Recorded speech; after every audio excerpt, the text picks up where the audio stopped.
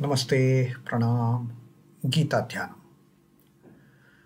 Om Parthaya Pratibodhitam Bhagavata Narayanena Swayam Vyasena Gratitam Purana Munina Madhye Mahabharatam Advaitam Ritavarshinim Bhagavatim Ashtadashadhyayinim Ambatvam Bhagavad Gite Bhavadveshinim. Oh Bhagavad Gita, with which Lord Narayana himself gave enlightenment to Partha. The ancient sage Vyasa included it in the Mahabharata.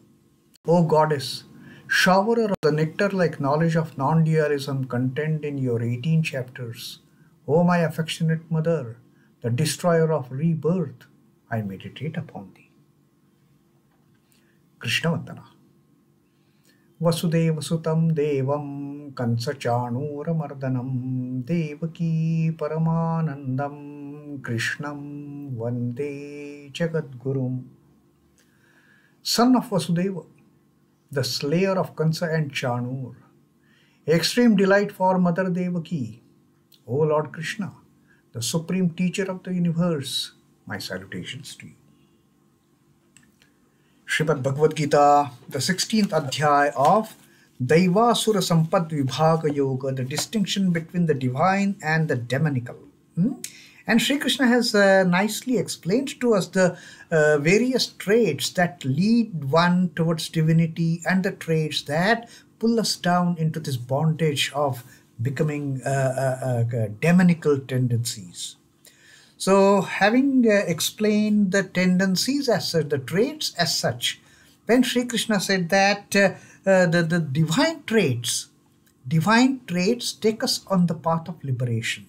But those demonical traits, they always keep us in bondage. With those divine traits, one can aspire, one can definitely get out of this cycle of birth and death. One can attain moksha, one can attain nirvana. But with the demonical tendencies, one can never think of getting out of this cycle of birth and death. There is a permanent bondage with the samsara, such a strong the adhesion to the enjoyment of this the fleeting world as such. Such great temptation of enjoying these sense enjoyments. So this is what Sri Krishna says, that the two tendencies, two paths, the traits of daivi, the divine, and the demonic, they lead us to. And then Sri Krishna assures Arjuna that don't you grieve on that. What is going to be your future, Lord? You are on the right path. You are on the path of divinity. You are born to tread that path of attaining the divine nature. That is your true nature, and you are onto it. So Sri Krishna had told that daivi sampat vimokshaya, the divine tendencies, the divine traits, they lead one towards liberation, mokshaya. Daivi sampat vimokshaya nibandhaya asurimata. But the āsura tendencies, the demonical tendencies of all that anger and that abhimana and arrogance, that egotistic sense, all those things, they keep one in the bondage. They keep one in the bondage, and again there is birth and death, birth and death, birth and death. There is no moksha. So these are the two tendencies which take either the way divine or the way of bondage. And then Sri Krishna assures Arjuna that Ma shuchaha Pandava, oh Arjuna, you don't grieve. What is going to be your Lord? Sampadam daivim abhijato. See, you are born to attain to that state of divinity. Don't have this doubt in your mind. So having given this that assurance to Pandava and also to the future devotees of the Bhagavad Gita, that Sri Krishna says, you are daivim abhijatosi sampadam. You are born to get onto that path of divinity. Don't have that confusion. Don't have that grief. What lies ahead for me? Don't even grieve for that. You are quite safe. You are perfect. You are on the sound path. Now Sri Krishna again tells us about these two kind of the paths, that two kind of tendencies that normally are seen in this creation. Now earlier he has just indicated to us what are the traits. Now Sri Krishna talks about what are these beings made up of in this creation. Sri Krishna says, dvau bhūtasargau loke'smindaiva āsura eva ca daivo vistaraśaḥ prokta āsuraṃ pārtha me śṛṇu. Now Sri Krishna is telling Partha, me śṛṇu, listen to me Partha, I am going to tell you something now. What? Dvau bhūtasargau loke. In this world, dvau bhūtasargau asmin. There are two types of beings in this world. Bhūtasargau is different types. And how many different types? Dvau. There are two types of people in this world, loke asmin. And which are these two types? Based on the traits that Sri Krishna has already told us, daivo āsura eva ca. And these are the daivo, the divine, and the demonical. These are the two types of beings you will find in this world, Sri Krishna says. Daivo vistaraśaḥ prokta. I have already described in details about those divine traits. 26 of them Krishna has enlisted.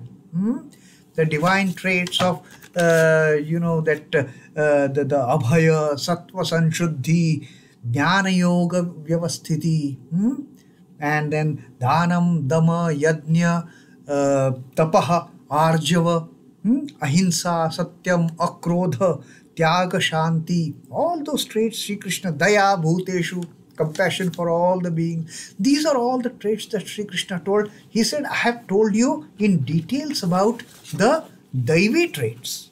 Daivo vistaraśaḥ prokta.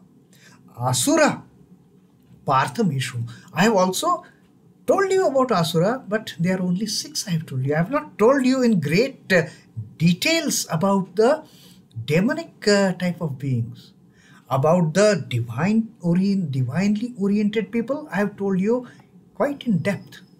You just think about each and every of those traits. You will get such a tremendous enlightenment. You will get such a fantastic illumination just contemplating on each and every one of those daivi traits. But I have not told you about the demonical in details. I have just given you a hint of what a demonical type of beings can be. But now I am going to tell you that.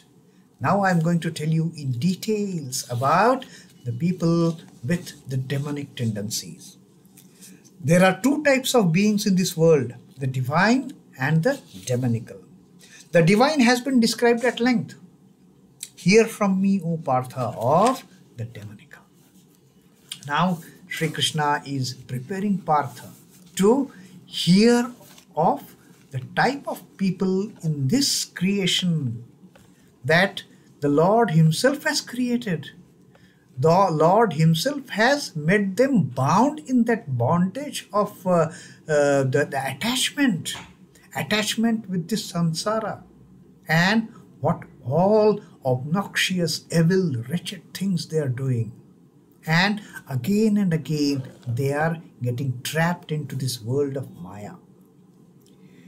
Beings mobile and immobile all possess countless characteristics. All of us, we are having so many characteristics attached to our beings. With every birth, we keep on taking up those characteristics, picking up those experiences, and getting these attachments. They are so strong. We carry these attachments, attachments in a sense, these traits. We carry all these traits unknown to us from one birth to another. The more and more we carry the divine traits, there is hope for our liberation. But the more and more we carry the demonical traits, we are again and again getting entangled into this web of Maya, into this web of birth and death. But they may all easily brought under two types. All these characteristics that we have got with us, we have been carrying forward with us with all these births, all the characteristics, all the traits, they can be grouped into the divine, going towards liberation, and the demonical, that is keeping us bound to this world of samsara, about this world of pain and misery and agony. The former is pleasing. The divine types, they are pleasing. They are taking us forward onto the path of liberation. The latter is disquieting. They are disturbing. They are destroying. The one aids evolution, the other retards it. The divine attributes, traits that Sri Krishna has explained in great details, they are leading us towards our evolution from lower self to higher self to higher self to higher self. And then a stage will come when we reach the highest, we reach the supreme self, the Purushottama. We become one with that. This Jivatman, which is dwelling in this body, maybe after dwelling in so many other bodies, at one stage will evolve to the stage of perfection, to the stage of enlightenment and illumination. That Jivatman will go back to Paramatman, never to come back again on that one-way journey. The divine elements have already been elaborated upon. The āsura elements are yet to be explained in details. Just 6 tendencies Sri Krishna has told. Negative ideas and ideals which are detrimental to spiritual growth of man find no place in dissertation like Bhagavad Gita. The negative attributes, they are not elaborated by Lord at all at any stage. Lord will only elaborate the desired ones, the devotional ones, the divine ones.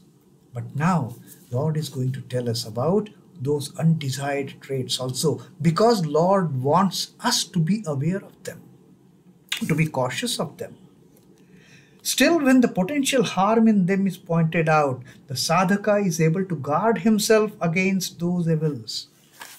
You see, what happens when children are going to face some dangerous situation? The elders, they always say, don't do this. Now, the child, out of curiosity, the child doesn't know what is going to happen. The child, like if a child sees fire and tries to put its finger into that fire, child doesn't know what is going to happen. But the elders who have experienced that, what is going to happen if the child is going to put its finger into the fire, the elders say, don't do that. Child doesn't know why they are saying don't do that. Child doesn't understand why these people are prohibiting it from putting its finger in fire. And then when the elders tell him, when the elders tell the child, if you put your finger in fire, you will get burned. Still the child is not able to understand what does that mean. Then slowly the elder one will take child's hand and take it near fire. Do you feel heat? Do you feel heat? Oh yes, something unnatural is happening. So the moment we try to tell the evils, we try to tell about the damages that thing is going to do, then we realize, oh, then we are never going to do it. We have got so many norms which keep us telling, don't do this, don't do this, don't do this. But we don't pay heed to it, isn't it? don't overspeed, but we have that thrill of overspeeding, and we kind of boast over that. Oh, I drove my car at 120 kilometers per hour. Is it great? One small incident and that car traveling at 120 kilometers per hour can, land you in such a great trouble. But we don't pay heed. So unless and until somebody tells us forcefully that what is not to be done, we don't listen to it. And now here Sri Krishna is taking a kind of that, the odd path for the divine. He's taking that odd path of telling us what is not right. Again, he's telling that don't do this, don't do this, don't do this. Now he is going to elaborate on that, what is not to be done. He is going to elaborate that, what is to be shunned. He is going to tell us about that, what is to be totally avoided, and if by chance we have picked those things, better throw them. Better lighten our burden by throwing off those unwanted things which are getting us into that bondage again and again and again. So that is what now Sri Krishna is going to tell more about the demonical ways and how we have to avoid them. We have to make our mind, and that is the time that Sri Krishna says that you have to use that sword. You have to use that weapon of the sharpest edge to cut down, to cut asunder, to completely annihilate that tree of Ashwatha that has to be uprooted. That only can be uprooted when you know the evils that you are going to face on the path with those demonical traits. Only then we can get rid of those demonical traits. And once having got rid of the demonical tendencies, we are on the path of liberation. And therefore Sri Krishna says that yes, you are on the path of liberation, O Arjuna. Don't grieve on that. So from our next reading, let us try to learn. Let us try to gain the knowledge that Sri Krishna is giving to us on those demonical ways which are going to pull us down into this net of bondage. Till then, Om Namo Bhagavate Vasudevaya. Sri Krishna Arpanamastu. Jai Sri Ramakrishna. Jai Thakur. Jai Ma. Jai Swamiji.